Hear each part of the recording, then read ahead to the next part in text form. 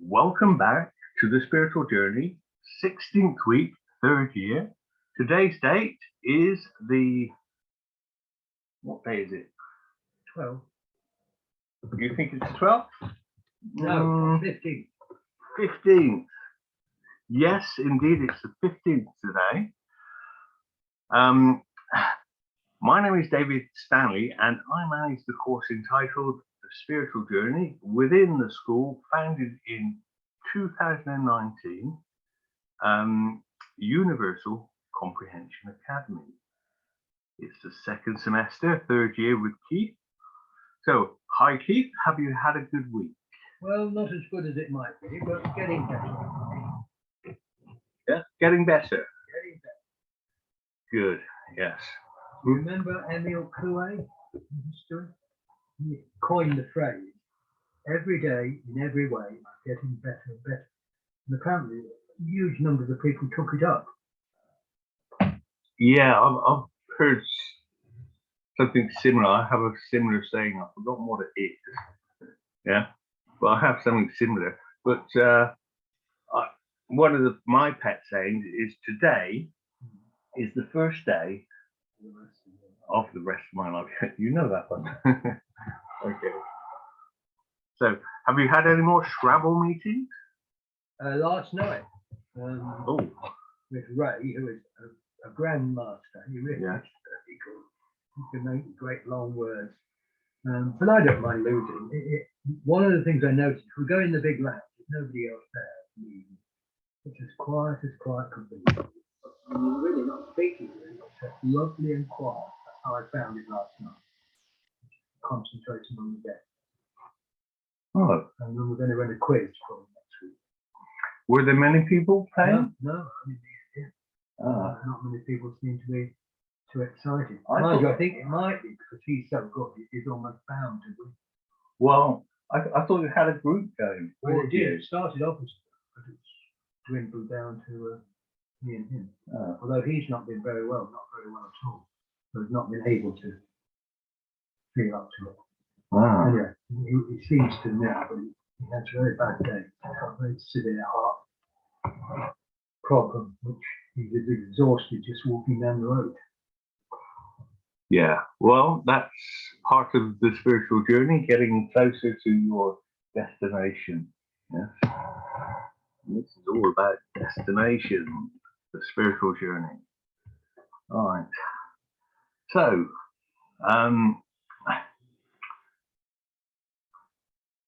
now spring, the astrological spring will be next week on the 20th.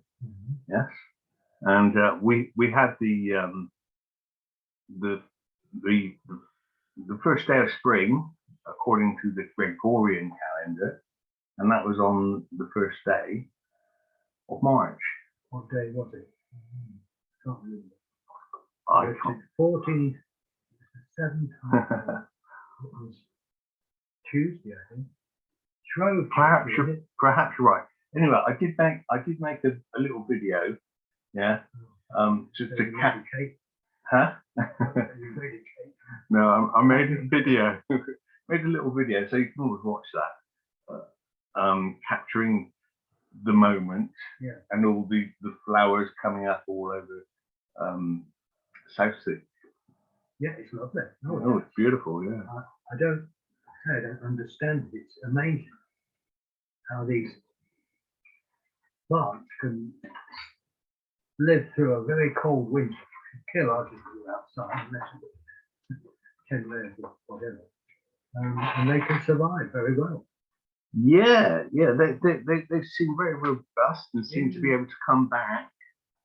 Yeah, if they get flattened by the wind. Yes, I mentioned on the on my little video that they survived the gale, and that was a big gale we had. So, you know Norfolk Street off King's Road. Norfolk Street goes through to the dual carriageway, Winston Churchill Avenue. Right through. Anyway, just inside Norfolk Street, as soon as you turn in and look, there's the most enormous magnolia tree, and it's full of flowers, beautiful magnolia type plants. making it big, overshadows the house. Yeah, It should be- yeah, it's wonderful walking around, looking at all the different gardens around here. So what do you think triggers this activity? Why it's sort of timed in a way, but it's not always the same exact time? Well, it's nature, yeah. Yes. It's the fact that the sun is getting closer to us. Yeah, they can feel the heat, they can feel the warmth.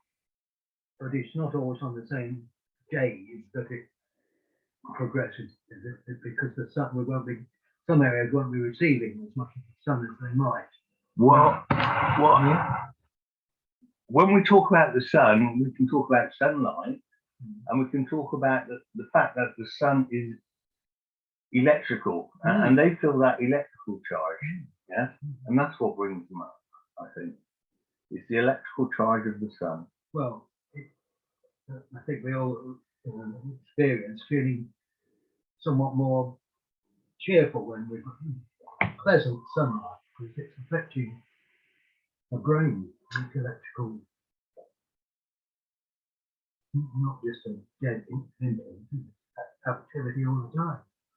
Well, I've been filming the sun for some time, and now that it's getting closer to spring, you can feel the warmth of the sun. Yeah, I mean, it was far away. Yeah. Yes, you could see it low on the horizon, and now it's much closer. Good. And the days are longer, well, no longer than they were, but more sunlight. There's more sunlight, yeah, and we're coming up to where we will have 12 hours of daylight. When do we alter the clock? I'm not too sure. Have to check up on that one. Forward, when spring forward, fall back. That's right. Spring forward. So Spring forward. An hour forward. Yep. Yep, we got a spring forward. I'm already getting up a bit earlier in the mornings, so I'm sort of springing back as it is. Right. Okay, so once again, we're looking at the flat Earth theory and comparing it to the Big Bang theory and the electrical universe theory, as on this diagram.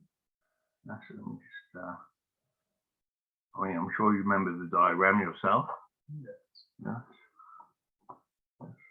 Here we go. Three things. You have the electric universe, the heliocentric model, Big Bang, have the whole of creation. We put it in this triangle. And that's what you have flat Earth. Yes. Here it's the flat Earth. The thing about the flat Earth is it works by an electrostatic or electric weak negative charge. That's what separates whether it's coming down or not. Now the heliocentric model, they say that works on gravity, but gravity really only works out in space for them. Yes, yes. And then we have the electric universe, of course. So that's the third vector. A triangle with three theories, one per theory for each vector.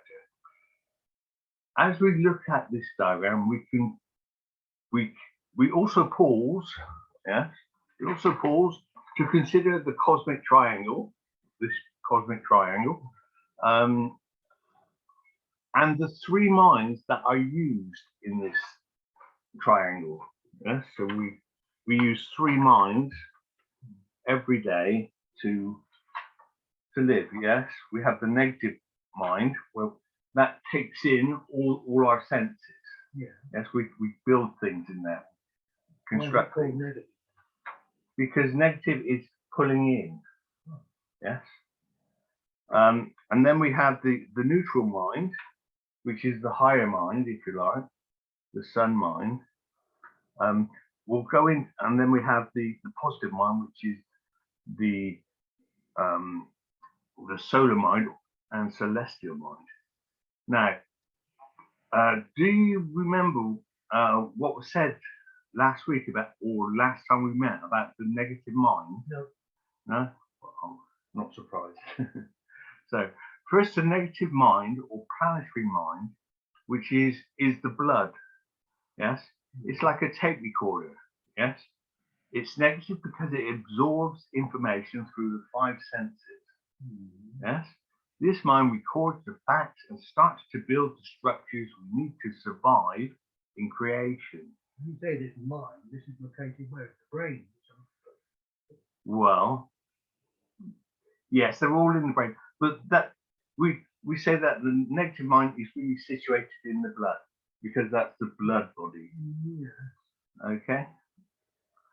Now, we need this mind if we are to form an opinion.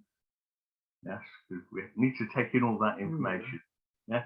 So, some more facts about this negative mind is that it is important to give it good information if you want to see things from a higher level.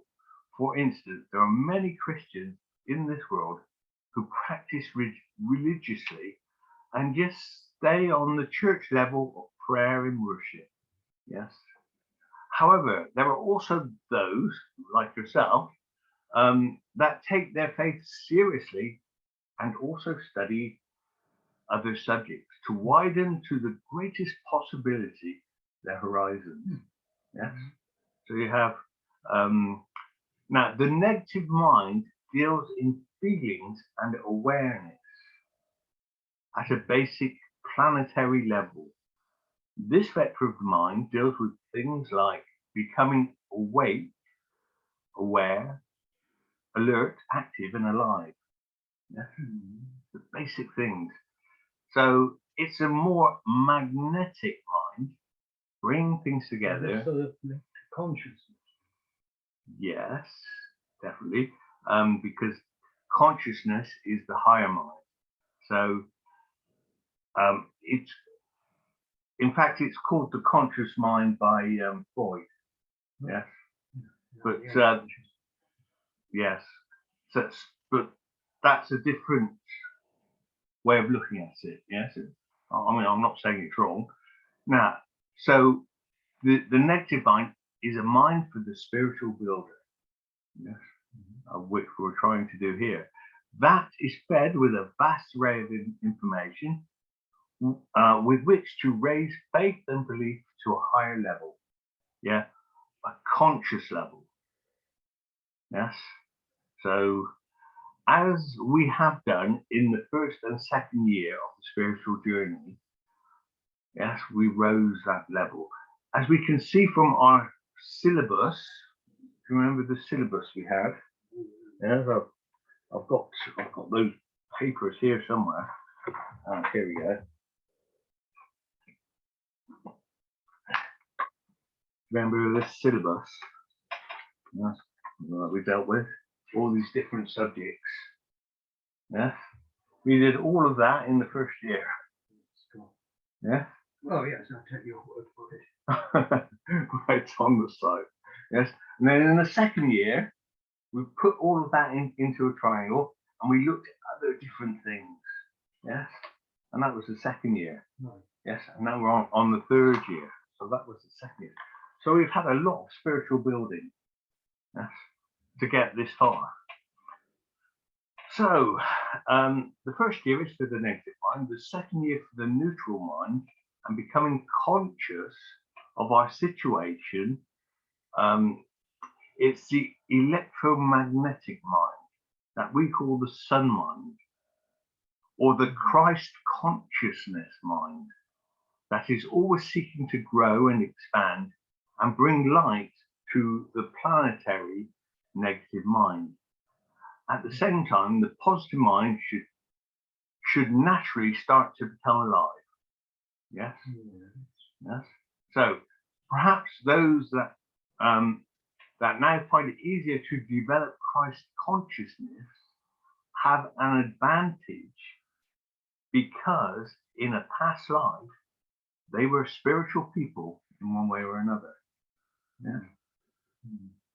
And in philosophy, we call that they had innate abilities. Where did they come from? Perhaps they came from the content they built up in a previous life. Yes, it's food for thought. That leads us to wonder if we are all born equal, or if some have an advantage because of past lives. Yeah. Now, they put them their minds to great use and develop what is called a Christ consciousness. You've heard of this expression, Christ consciousness. So they move into the neutral mind, the higher mind. As I said, it is also called the sun mind. So they move from an awareness of life to a more conscious level, hence the term Christ consciousness.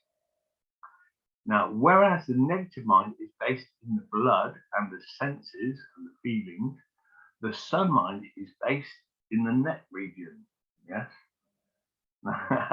Now, for some of those that have the Christ consciousness, they can also feel the sun mind around their neck. Yes, you can feel it. Yes, it's something I've felt. Now, if you look at priests, that's where they wear their collar. Yes, yes. And what they're saying is that now they have the sun mind and they're coming from the sun mind. Yes, one way of looking at it. So if we look at how does this generally express itself in day-to-day life? How does it express itself? In day-to-day life, real life. In real life? Well, you have a higher consciousness of what you're doing. Yes. So that consciousness helps you in different ways. Yes. Because if you have just the basic mind, it's the difference, if you like, between the basic worker in the culture and somebody who's in the management. Yeah. Yes. Somebody who's in the management, like in the NHS, for example. Yes, you would have the nurses, and then you would have somebody that was really in control of the situation, the head nurse. Yeah. Yes, and she would be coming from a more conscious mind. Yes. Yes, because because the other ones, they would be working and they'd be trying to build that sun mind, but she would have it already, and so she could be in command and tell them what to do. Yeah, and then from that sun mind, there is the what we call the solar mind. Yes, and from that she can get new information, new ideas. Yes, new inspirations for how to do things. And so all of those three minds, they're all together. They're all together in one mind, but we can separate them and see how they work differently. Yes. So now, so like I said, we'll look at the three minds in the cosmic triangle in the coming weeks, and the three are one, like the digestive system is one, but with three main parts. Yeah, remember the digestive system? The first part is the conscious part, what Freud would call the conscious part, and that is the mouth. Yes, you've got all the taste. That's part of the digestive system. Yeah, that's a very important part, because if you put stuff in there which is not good for you, you can spit it out really fast. So you've got to be conscious of it. Yes. Then you have the next part of the digestive system, which is the stomach, and that's a bit like the sun mind, this ball that's working to digest. And then you have the small and large intestines. Yes. Now, just a note on the idea of Christ consciousness. Yes. Taken from the Spiritual Life magazine, that includes the Sanskrit equivalent of Christ consciousness. And they call it, in Sanskrit, Kutatha Chaitanya. Yes. something like that. Excuse my Sanskrit. Yes. So when you expand your identity from this body and personality to the omnipresent spirit, you realize your consciousness to be everywhere, all throughout the entire universe. Yes, that's from the magazine. Then you have attained Christ consciousness, just as Jesus and the other masters have. Yes. Now I've left a link in that for people, a link, and I'll put it under the YouTube video. Now, the minds are important because they help to locate and live constantly in the real self. You know, we've talked about the real self in the middle of creation, and through comprehension, yes, help to realize one's potential. And this is the important part, as a unique entity in one's spiritual journey. Yes. So you may have heard of Sigmund Freud and the three minds, something we studied at university. In fact, the conscious, the subconscious, and the unconscious mind. The cosmic triangle is similar to that, but with its own unique comprehension, a better level of comprehension, you could say, a higher level. Now, there's also a link for more on that from Awaken Media. That's like Freud. I know in all those some sort of spiritual exercises, you have to develop the conscious mind and develop spiritual awareness and develop Christ-likeness. It should develop naturally. That's what the spiritual journey is saying. Yes. Meditate. Well, it should develop naturally, because I can't quite see how it could be developed naturally. You have to put some effort. Right. Oh, you have structure. You have to put some effort into it. You have to do the work of it. But once you put a bit of work into it, then the higher mind will help you.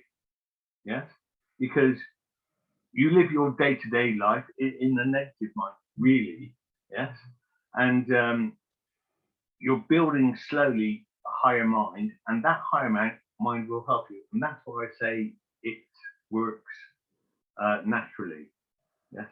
Right. Oh, yeah. Okay. So we have touched on many subjects in the last 2.5 years. So why bother comprehending all of this stuff? What do you think? Why bother? Well, my test is it my consciousness is nearing reality, is it really? Life is all about spiritual understanding, teaching of Christ. Let this mind be in you which was also in Christ Jesus. You assume the nature of a slave. Right. That's one of the things. So when we talk about Christ consciousness, Christian, that should be part of our aim.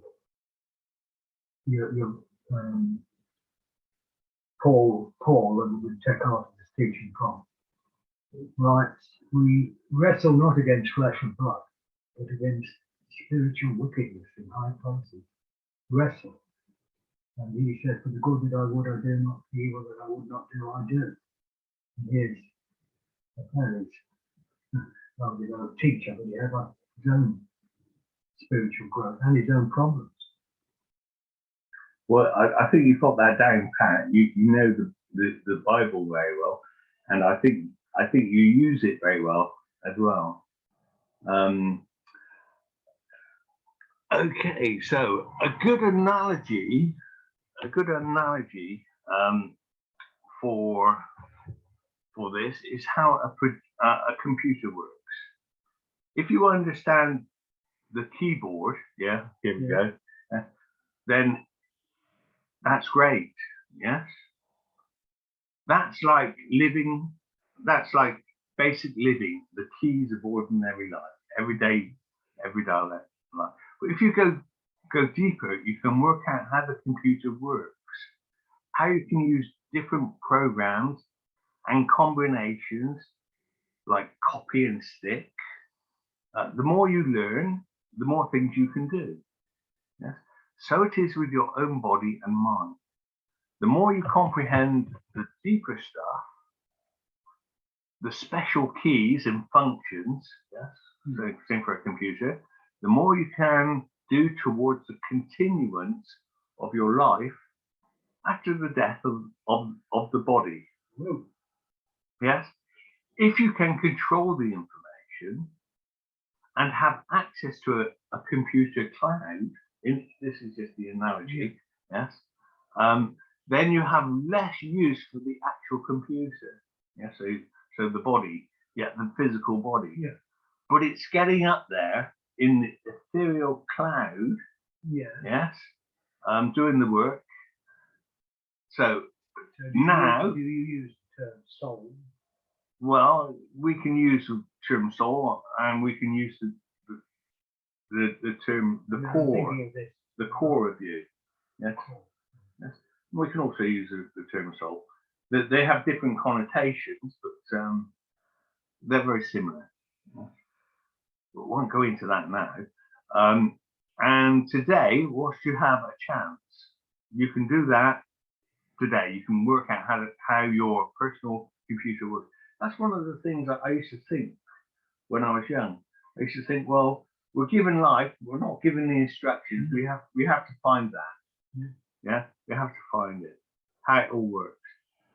A simple view, maybe, but with reincarnation in mind, yes, every little thing you do now can be of use as content for your next life too. Yeah? So all in all, it's worth the time to reflect and keep this going for a little while longer. Yeah?